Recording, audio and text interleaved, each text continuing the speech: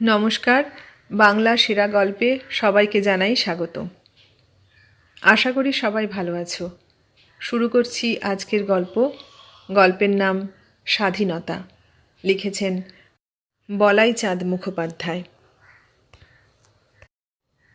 স্বাধীনতা মানে কি? পণ্ডিত মশাই জিজ্ঞাসা করলেন সুবলকে। সুবল উত্তর দিলে, নিজের অধীনতা। নিজের অধীনতা বলতে কি বোঝো তুমি? ঈষৎ মাথা চুলকে সুবল বলল, মানে নিজে আমি যা খুশি করব তারই অধিকার।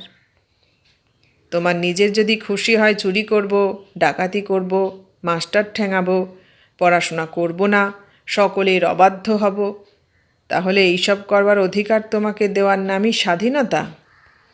না স্যার। তাহলে? সুবল চুপ করে রইল। পণ্ডিত মশাই একে একে সব ছেলেকে জিজ্ঞাসা করলেন। কেউ সদুত্তর দিতে পারলে না। সুবলই ক্লাসের মধ্যে সবচেয়ে ভালো ছেলে। সেই যখন পারলে না, তখন আর কে পারবে? পণ্ডিত মশাই বললেন, এখন আমরা স্বাধীনতা পেয়েছি। এখন আমাদের ভালো করে বুঝতে হবে কথাটার মানে কি। সুবল, তুমি ঠিকই বলেছ। কথায় কথায় মানে করলে স্বাধীনতা মানে নিজের অধীনতা বোঝায়। কিন্তু নিজের কথাটার বিশেষ অর্থ আছে একটা। নিজের বলতে কি বোঝায়? তোমাকে যদি দুটো আম দেয়া হয়, একটা পচা আর একটা ভালো, আর যদি বলা হয় ওর মধ্যে একটা তুমি নিজের করে নাও, তাহলে কোনটা তুমি নিজের করে নেবে? ভালোটাই নেবে নিশ্চয়ই। পশুরাও চায় যেটা ভালো সেটা নিজের হোক। মানুষ পশুর চেয়ে অনেক বড়, তাই সে শুধু নিজের ভালো চায় না, নিজেদের ভালো চায়।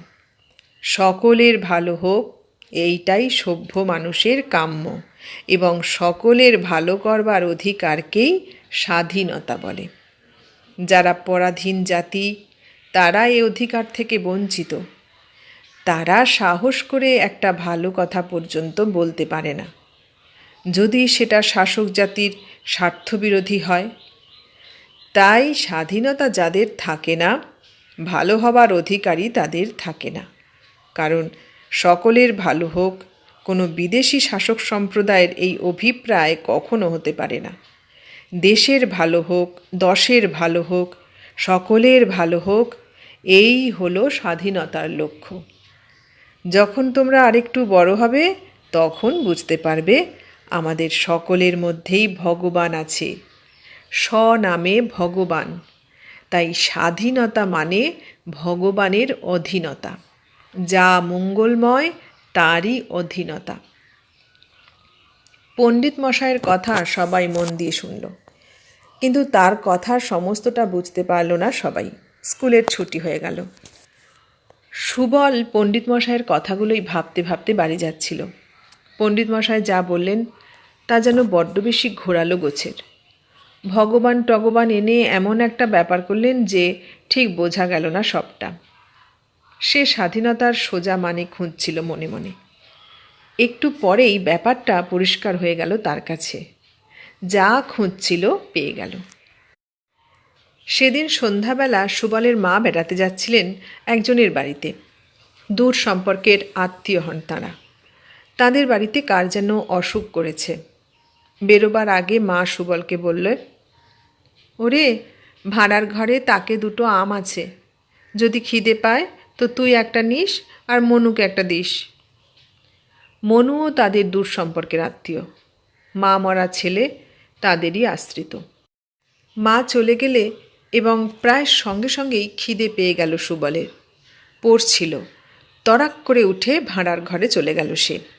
গিয়ে দেখলে দুটো আম রয়েছে বটে, কিন্তু একটা ভালো আর একটা একটু পচা। পণ্ডিত মশাইয়ের কথা মনে পড়ল। তিনি এই আমেরই উদাহরণ দিয়েছিলেন। যা ভালো সেটাকেই নিজের করে নেওয়া উচিত, এবং সেইটে নেবার অধিকারকে স্বাধীনতা বলে।